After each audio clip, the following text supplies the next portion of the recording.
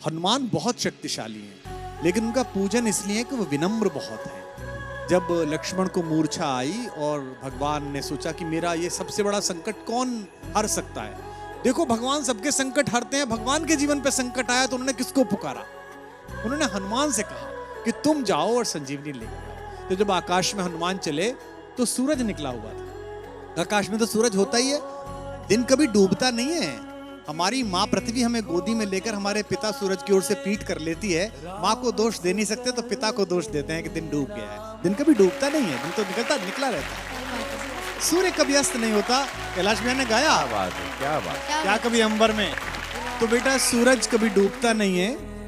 तो सूरज आकाश में मिला, और अगर सूरज इधर निकल जाता जहां लक्ष्मण लेटे हुए थे तो भगवान के जीवन का सबसे बड़ा संकट आ जाता। उनका भुजा जैसा भाई, जिसे वो अपनी भुजा कहते हैं दाहिनी, वो पृथ्वी छोड़ जाता और भगवान सहन न कर पाते। तो इतना बड़ा काम करने गए और कितने ताकतवर थे, पंच तत्वों में से एक पवन के बेटे हैं। सूरज से मिले तो उन्होंने कितनी विनम्रता से बात की। रवि भाई सूरज से बोले, हे सूरज इतना याद रहे संकट एक सूरज वंश पे है।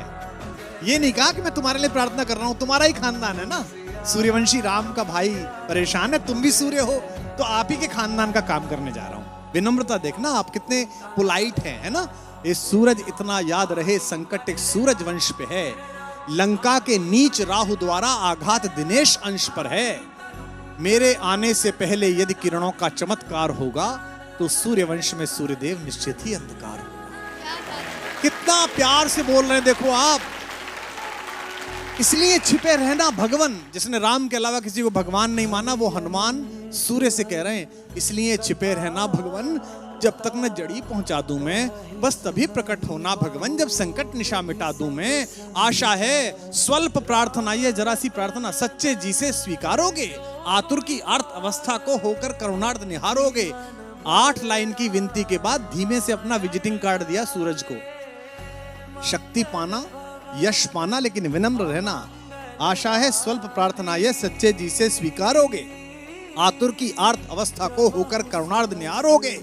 अन्यथा क्षमा करना दिनकर, अंजनी तने से पाला है, बचपन से जान रहे हो तुम हनुमत कितना मतवाला है। क्या बात है। अन्यथा क्षमा करना दिनकर, अंजनी तने से पाला है, बचपन से जान रहे हो तुम हनुमत कितना मतवाला है। और धमकी भी, लेकिन हनुमान जी ने कैसी धमकी दी, कितनी विनम्रता से। ऐसा कोई नहीं बोलता, ऐसे बनना सब।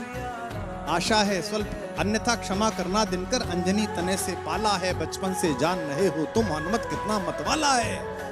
मुख में तुमको धर रखने का फिर वही क्रूर साधन होगा, बंदी मोचन तब होगा जब लक्ष्मण का दुख मोचन होगा।